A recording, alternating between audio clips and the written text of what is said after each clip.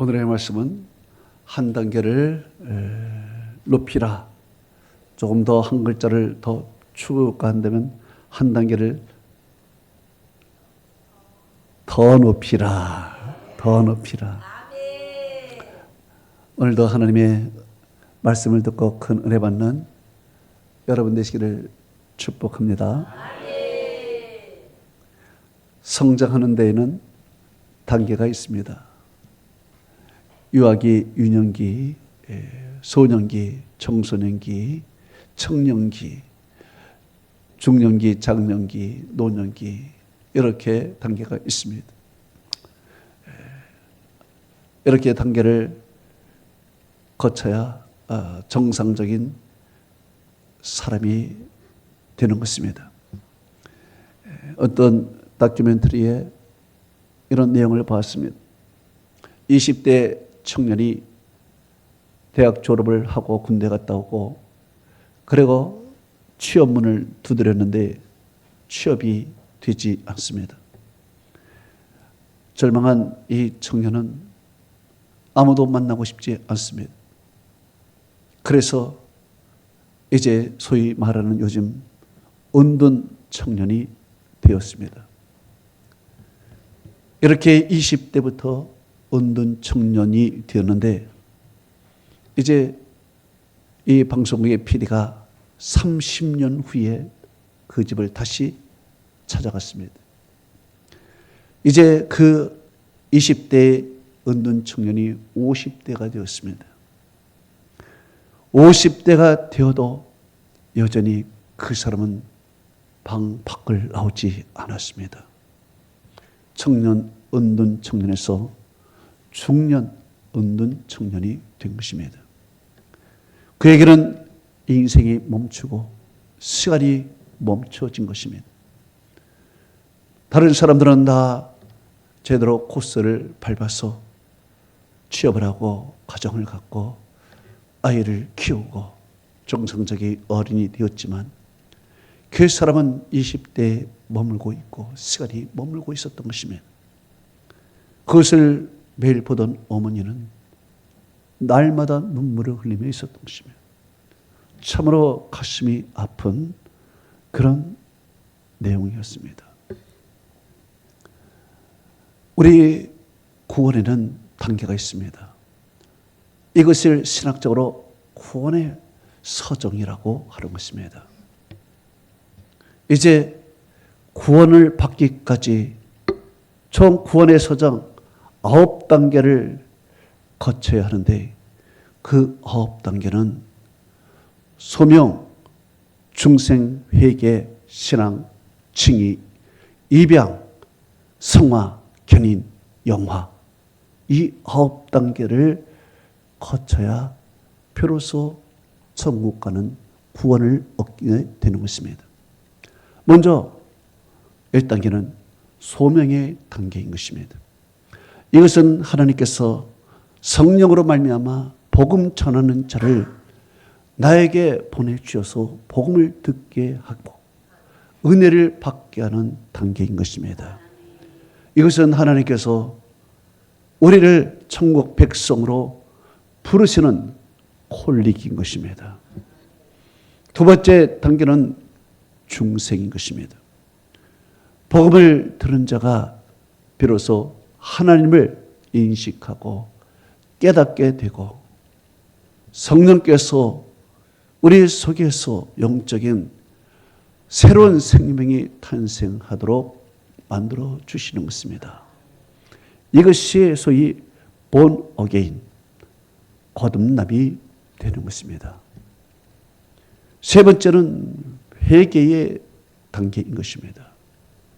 지금까지 하나님을 인정하고 인정하지 않고 살던 교만한 모든 것들을 다 고백하고 모든 죄악을 이제 버리는 단계인 것입니다. 네 번째 단계는 신앙의 단계인 것입니다. 이제 고백한 그 죄를 앞으로 더 짓지 않기 위해서 내 마음과 내 영과 내 모든 미래를 우리 주님께 맡기고 이제 하나님의 말씀대로 살기로 결단하는 그러한 단계인 것입니다. 다섯 번째는 칭의의 단계인 것입니다.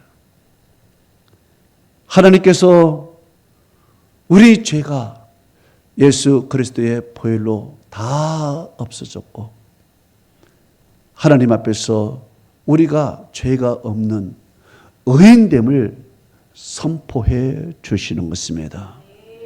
이것은 천국에서 선포할 내용을 이 땅에서 선포함으로 의인됨을 간주하는 것입니다.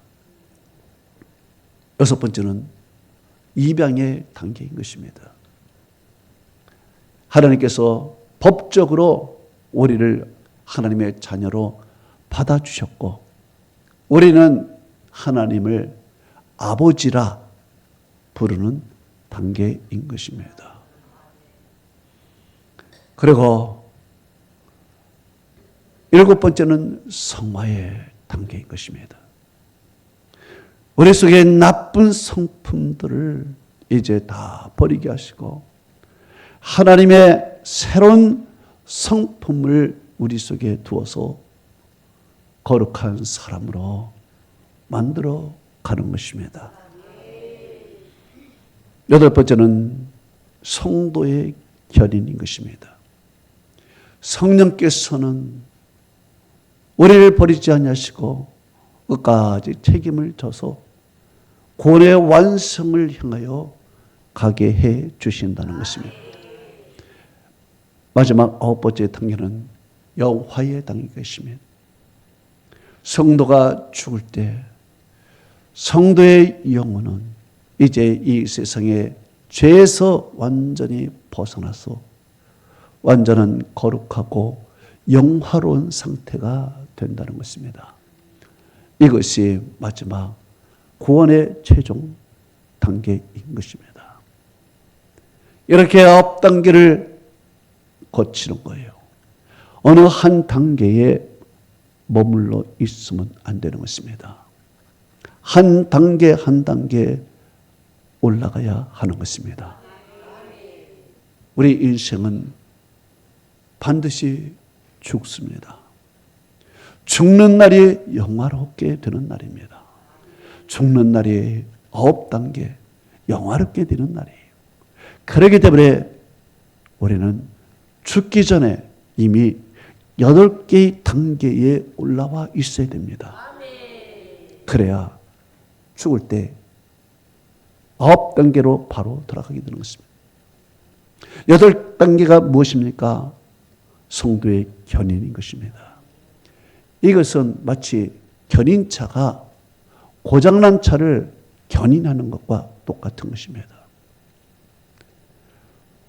성령께서 우리를 이끌고 가는 것입니다. 그렇기 때문에 우리는 성령께 모든 것을 맡기는 것입니다. 내 삶을 끌어가도록 맡기는 것입니다. 그러나 내가 안 끌려가겠다고 버티면은 성령님도 어쩔 수가 없는 것입니다. 우리가 거부하면은 성령님도 우리를 이끌어 주지 않습니다. 그렇기 때문에 우리는 한 단계 한 단계 올라가서 마지막에 성령의 이끌림을 받고 살아갈 때 구원의 완성을 향하여 간다는 것입니다. 고린도후서 6장 1절에서 2절은 이렇게 말씀하고 있습니다. 내가 하나님과 함께 일하는 자로서 너희를 권하노니 하나님의 은혜를 헛되이 받지 말라. 이르시되 내가 은혜 베풀 때에 너희에게서 듣고 구원의 날에 너를 도왔다 하였으니 보라 지금은 은혜 받을 만한 때요 지금은 구원의 날이로다. 하나님의 은혜를 헛되이 받지 말라는 것입니다.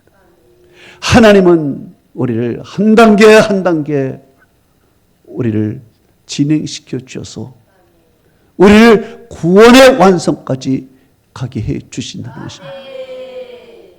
우리는 그 과정 속에서 머물렀거나 거부하면은 하나님도 우리를 이끌어갈 수가 없는 것입니다.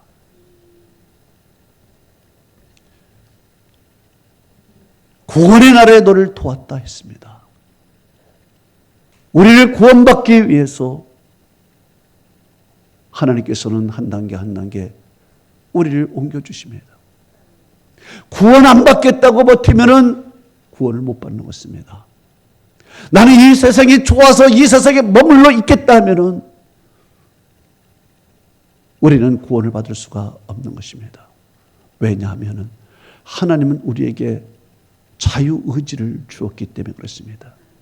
하나님은 우리에게 선택권을 주었기 때문에 그렇습니다. 우리에게 자유의지를 주어서 우리가 어떤 선택을 하느냐, 우리가 구원받기를 원하느냐, 그러면 단계를 거쳐서 성령의 이끌림 받고 그리고 마지막 죽는 날에 영원한 단계까지 들어가야 한다는 것입니다. 또한 지금은 은혜 받는 날이라고 그랬습니다. 여러분, 오늘 받는 은혜 오늘 받아야 합니다. 오늘 받을 은혜를 내로 밀어서는 안 되는 것입니다. 오늘 born-again 중생할 사람은 오늘 중생하고 거듭나야 되는 것입니다. 오늘 거듭나지 아니하고 내일 거듭난다는 것은 있을 수가 없습니다. 오늘 산모가 진통을 합니다. 산모가 진통을 하는데 출산을 내일로 미룰 수가 없습니다. 그 아이는 좋든 싫든 진통하는 그때 이 세상에 태어나야 합니다. 이와 같이 우리들도 오늘 born-again 중생 거듭남 할 때 오늘 우리는 거듭나되고 오늘 우리는 성령의 이끌림 받아야 되는 것입니다. 오늘 받을 은혜를 내일로 미뤄서는 안 됩니다. 이것은 마치 구원의 단계를 뛰어넘는 것과 같은 것입니다. 미안하지만 구원의 단계를 뛰어넘어서는 안 되는 것입니다. 단계 하나하나를 다 밟아야 되는 것입니다. 그리고 지금은 구원의 날이라 그랬습니다. 여러분에게 묻습니다. 지금 죽으면은 여러분 천국 갈 수 있습니까? 여러분 지금 죽으면은 당장 구원받을 수 있습니까? 지금은 구원의 날이라 그랬습니다. 지금은 우리가 이 세상 떠나도 영원한 상태, 천국에 들어가는 상태가 되어야 됩니다. 그러기 위해서는 지금 이 시간에 8단계까지 올라와야 한다는 것입니다. 8단계 올라오지 않냐면은 우리가 지금 죽어서 어떻게 천국 갈 수 있습니까? 내가 2번째, 3번째 단계 어떻게 우리가 9단계 구원의 반열에 들어갈 수 있냐고요. 그래서 지금은 구원의 날이라니까요.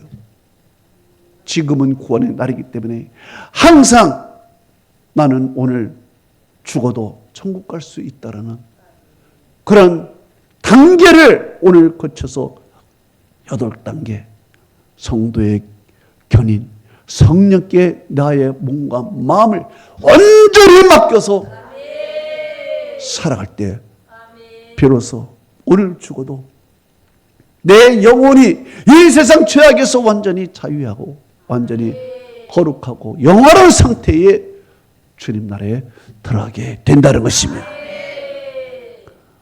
오늘 성경 본문은 예수를 따른다라는 말씀이 나옵니다. 누가복음 9장 57절이 어디로 가시든지 나는 따르리이다. 59절은 나를 따르라. 61절은 내가 따르겠나이다마는 따른다는 얘기를 하고 있습니다. 이 따른다는 것은 믿음의 최고의 단계인 것입니다. 믿음의 최고의 단계는 따르는 거예요. 왜냐? 따르는 것은 예수님의 제자가 된다는 것입니다. 예수님의 제자가 된다는 것은 예수님의 길을 내가 함께 함께 간다는 것입니다. 예수님의 고난을 내가 받고 예수님의 십자가를 내가 지고 예수님이 하신 말씀을 내가 그대로 행하며 내가 주님과 하나가 되어서 간다는 것입니다. 그래서 예수님께서는 제자들에게 이렇게 말씀했습니다. 마태복음 16장 24절에 예수께서 제자들에게 이르시되 누구든지 나를 따라오려거든 자기를 부인하고 자기의 십자가를 지고 나를 따를 것이니라. 누구든지 자기의 목숨을 구하고자 하면 잃을 것이요 누구든지 자기의 목숨을 잃으면 찾으리라 말씀했습니다. 제자가 어떤 사람입니까? 제자라는, 예수님을 따르는 제자라는 것은 자기를 부인해야 됩니다. 자기 십자가 져야 되는 것입니다. 헌신과 죽음을 각오해야 되는 것입니다. 예수님을 위하여 내가 목숨까지 버려야 되는 것입니다. 그래야 찾는다는 것입니다. 내 목숨을 구하려고 하지만 잃어버리는 거예요. 살려고 하면 잃어버리는 것입니다. 가지려고 하면 다 잃어버리는 것입니다.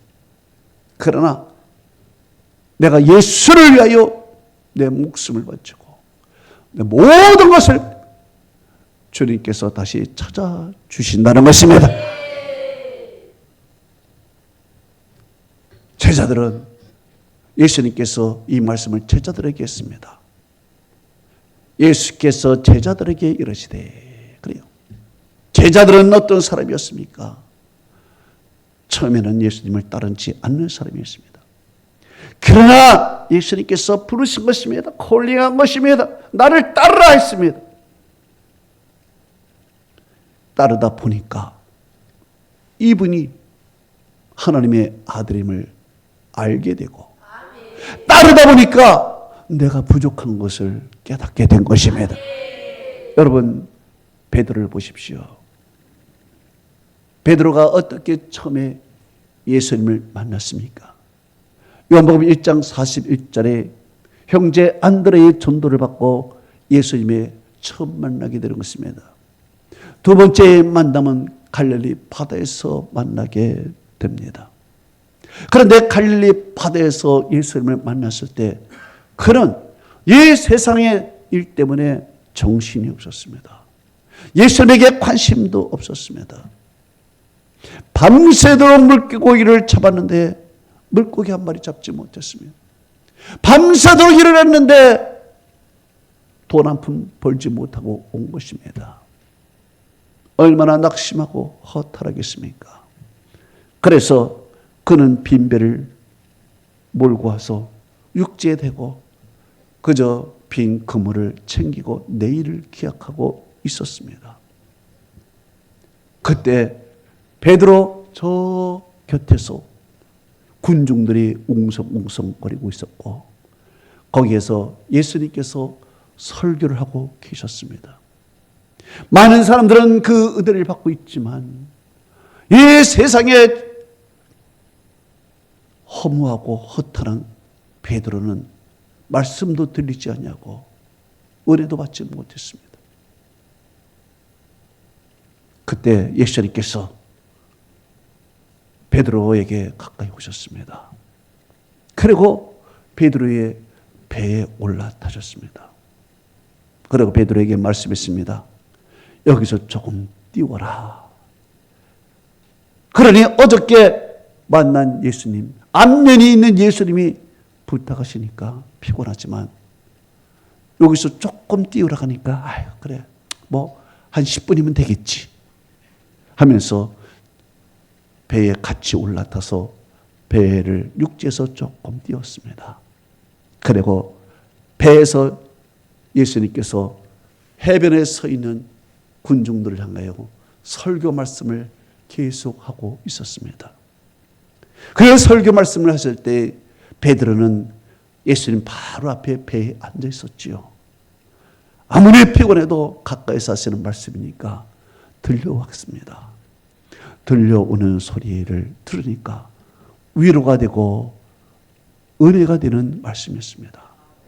어제 내가 정말 한 푼도 벌지 못하여서 낙심하고 오늘 어떻게 살 것이냐 걱정하고 있던 차에 예수님께서 아마 말씀하셨을지도 몰라요. 걱정하지 마라.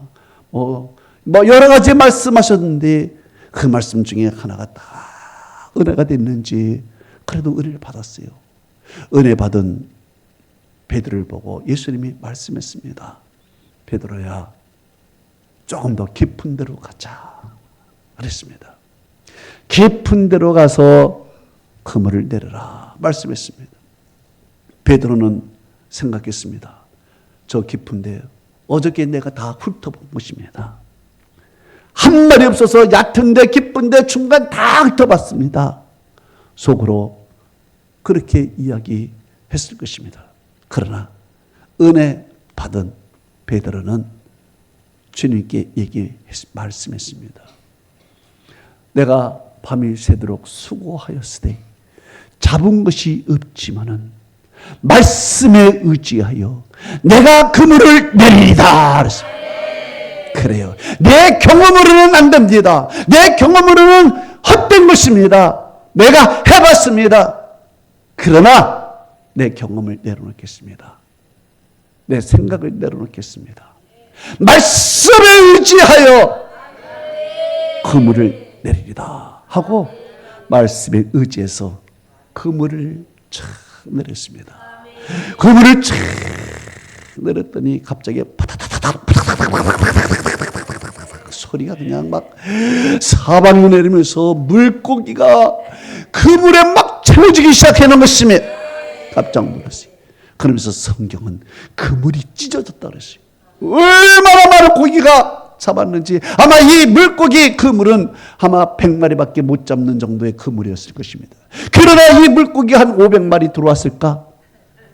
그물이 감당이 못할 정도로 찢어지는 것입니다. 찢어지는 거예요. 그리고 얼마나 많은 고기가 잡혔길래 배가 가라앉아요. 배가 가라앉으니까 옆에 동무들을 부른 거예요. 야, 배가 간다, 큰일 났다. 그래서 동무들이 와가지고 거들어서 결국에는 이 물고기를 가지고 육지에 올라온 것입니다. 이 물고기를 잡은 것을 보았을 때 베드로는 이렇게 주님 앞에 무릎을 꿇었습니다. 주님, 나는 죄인입니다. 나를 떠나소서. 이야, 그 기적을 보고 그 기적을 행하신 분은 바로 하나님의 아들 예수 그리스도인 거 이것을 알았습니다. 그 하나님 앞에서 나의 모습은 너무 초라했어. 너무 비참했어. 그래서 나는 죄인입니다. 고백을 해요. 이 고백 후에 성경은 이렇게 말하고 있습니다. 누가복음 5장 11절에 베드로를 육지에 대고 모든 것을 버려두고 예수를 따르니라. 그렇습니다. 베드로가 예수를 따르기까지 엄청난 과정이 있었습니다. 예수님을 만나 그저 그런 대로 무관심, 그리고 두 번째 만나서 말씀을 듣고 은혜를 받고, 그리고 기적을 경험하고, 이분이 하나님의 아들임을 알고 자기가 죄인임을 알고, 그리고 배를 육지에 대고 모든 것을 버리고 예수를 따랐다는 거예요. 이제 예수를 따르는 제자가 되었고, 훗날 더 나가서 예수를 따르는 그 제자가 사도가 되는 높은 최고의 단계로 올라가, 최고의 단계로 올라가서 주님 대신 양들을 이끌어가는 그런 하나님의 종이 되었다는 것입니다. 오늘 본문을 통해서 예수를 따르는 최고의 단계로 가고자 하는 예비 제자들에게 주님께서는 예수를 따르는 자는 어떤 마음과 어떤 자세로 따라야 될 것인가, 세 가지로 오늘 우리에게 말씀하고 있습니다. 첫째, 예수를 따르는 자는 마음을 비우고 따르라. 누가복음 9장 57절에 이렇게 말씀하고 있습니다. 길 가실 때 어떤 사람이 여짜오되 어디로 가시든지 나는 따르리라 말씀하십니다. 이때 예수님께서는 대답하셨습니다. 58절에 예수께서 이르시되 여우도 굴이 있고 공중의 새도 집이 있건만 인자는 머리 둘 곳이 없도다 그랬습니다. 네가 예수를 따를 것이냐? 그러면은 내가 머리 둘 곳이 없듯이 너희도 머리 둘 곳이 없어. 곧 나그네 인생이야. 이 세상에는 가진 것이 없는 나그네 인생이야. 머리 둘 곳이 없는 인생이야. 이것을 각오하고 네가 따라야 돼. 네 마음에 이 세상 욕심 탐욕으로 가득 차면 못 따라와. 너는 마음을 비워야 돼. 이 세상에 어떤 것도 가질 생각하지 말고 너는 빈 마음으로 따라가야 돼. 예수님께서는 제자들을 성도 영계 보면서 말씀했습니다. 마가복음 6장 8절에서 10절에 말씀했습니다. 여행을 위하여 지팡이 외에는 양식이나 배낭이나 전대의 돈이나 아무것도 갖지 말고 신만 씻고 두벌옷도 입지 말라 하시고 또 이르시되 어디서든지 네가 유하는 곳에 그곳을 떠나기까지 거기 머물라 그랬습니다. 제자들에게 여행을 떠나면서 지팡이 외에 아무것도 가져가지 말라 그랬습니다. 양식도 가져가지 말라 그랬습니다. 무엇을 먹을까 무엇을 마실까 염려하지 말라는 것입니다. 하나님이 일을 하는 너희들은 하나님께서 먹여주신다는 것입니다. 공중의 새도 먹여주시고 들의 백합화를 입어주시는 주님께서 너희의 일상생활을 책임져 주신다는 것입니다. 배낭도 지지 말라는 거예요. 배낭에 여러 가지 필수품이 얼마나 많아. 여러분 조그만 산만 가도 이것저것 챙기는 것이 얼마나 많아. 그것조차 가져가지 말라는 것입니다. 여러분이 순간순간 필요한 것 하나님이 공급해 주신다는 것입니다. 전대의 돈도 가져가지 말라는 것입니다. 돈을 의지하지 말라는 것입니다. 하나님을 의지하고 가라는 것입니다. 신만 신으라는 것입니다. 두벌옷도 갖지 말라는 것입니다.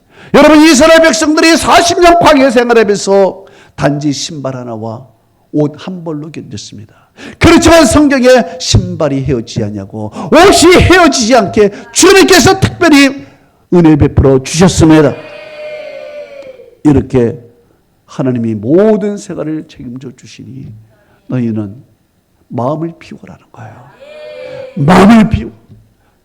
여러분 마음을 비운다는 것은 나그네가 할 일인 것입니다. 나그네는 이 세상에 어떤 머리 둘 곳도 없어. 소유도 없어. 그냥 가는 것입니다.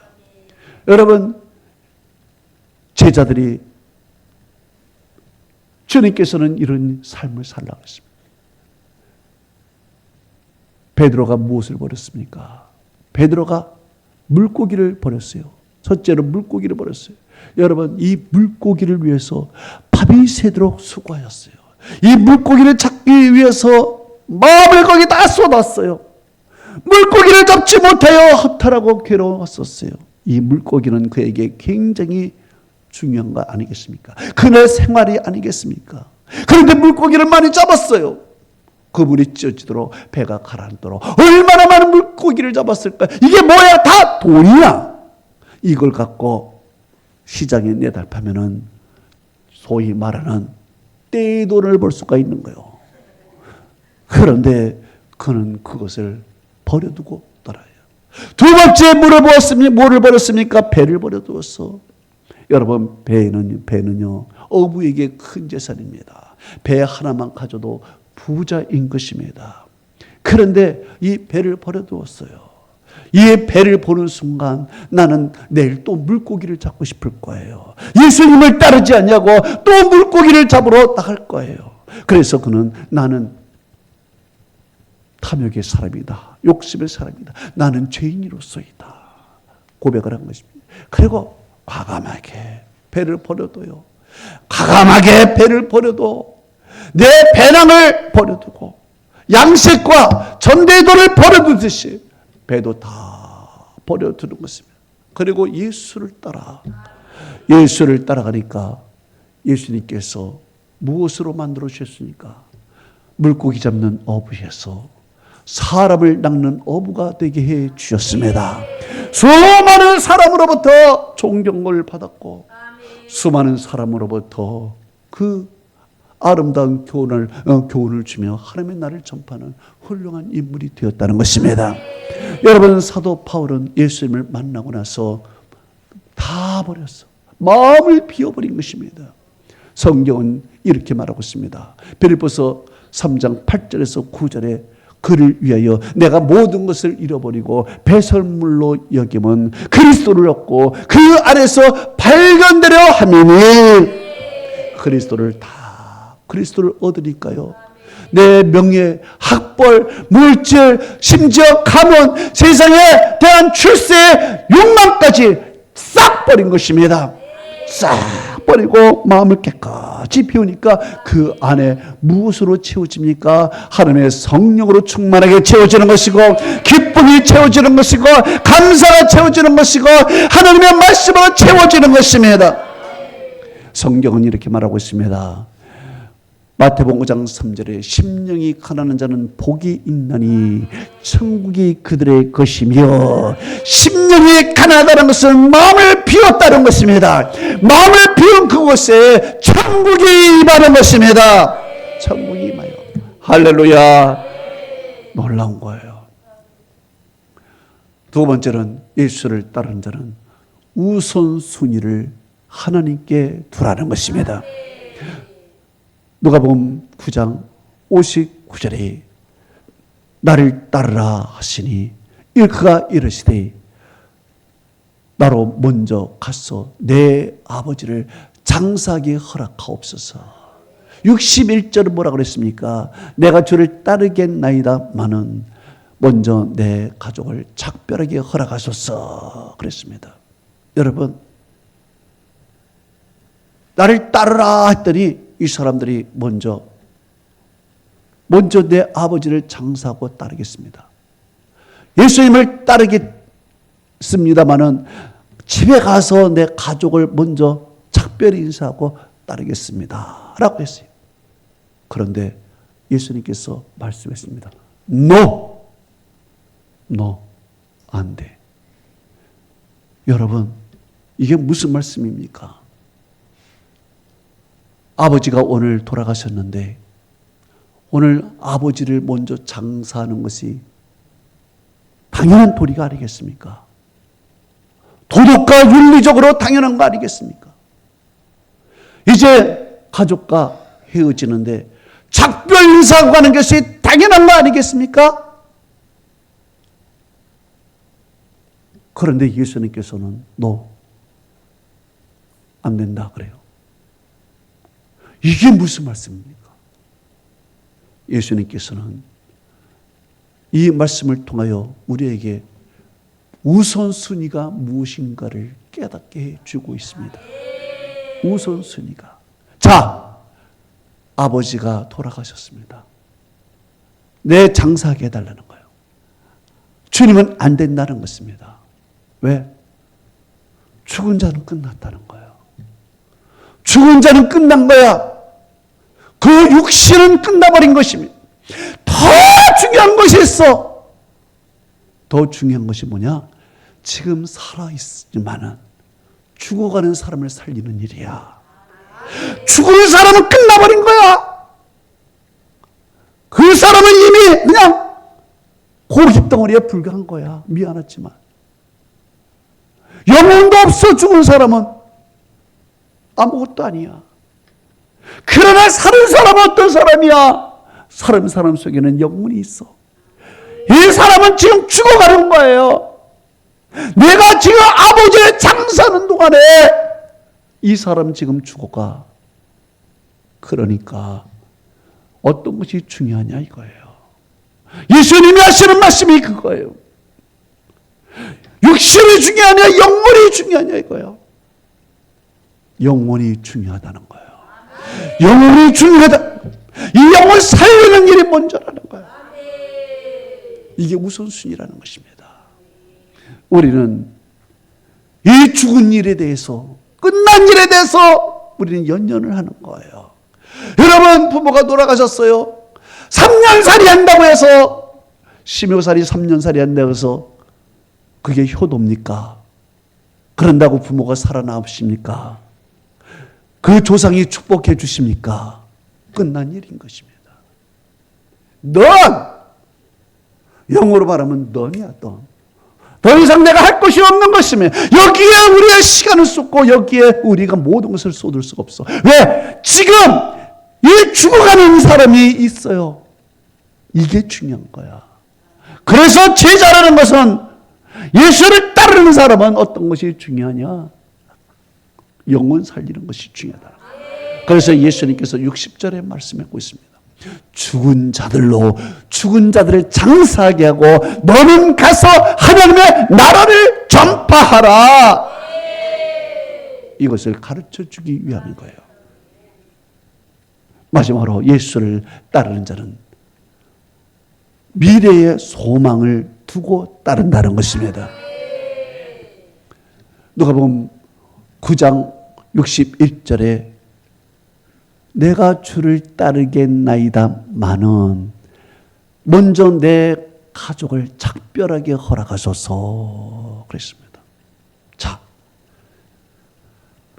주를 따르겠나이다마는 먼저 내 가족을 작별하게 하소서. 예수님께서는 안 된다는 것입니다. 왜 그렇습니까? 작별한다는 말 속에는 다시는 이 순간부터 너를 영원히 보지 못한다는 개념이 있습니다. 쉽게 말하면 여기 영어 번역으로 say goodbye라고 얘기합니다. say goodbye. 여러분, say goodbye라는 영어 함부로 쓰면 안 됩니다. 왜? say goodbye라는 것은 오늘 당신과 헤어지는데 볼 수도 있고 오늘부터 영원히 이 땅에 사는 동안 못 볼 수 있다는 전제예요. 예. 그래서 굿바이는 정말 너를 오늘부터 못 볼 수도 있으니까 그동안 너는 잘 있어. 이런 얘기예요. 그러나 영어로요, 우리가 다음에 보자 할 때는 굿바이라는 얘기를 하지 않고 see you later, see you again 이라고 해야 됩니다. 다음에 보자. 다시 보자.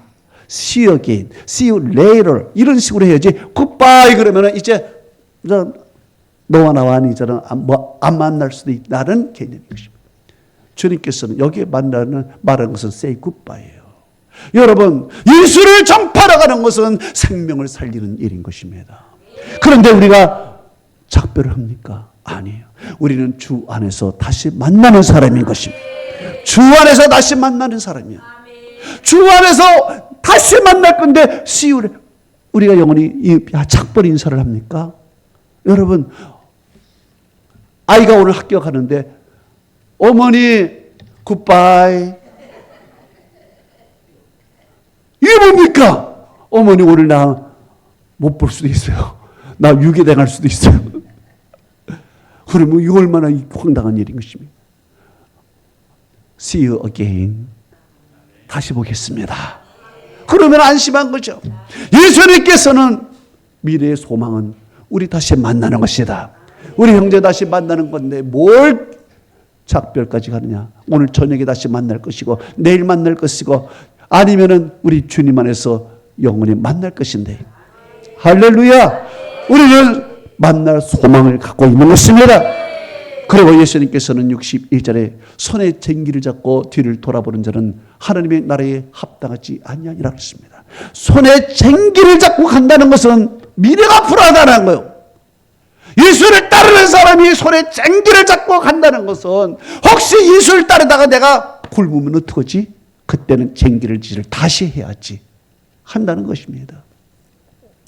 그래서 주님을 따르면서 소망이 없어. 어떻게 될지 몰라. 미래가 분명해.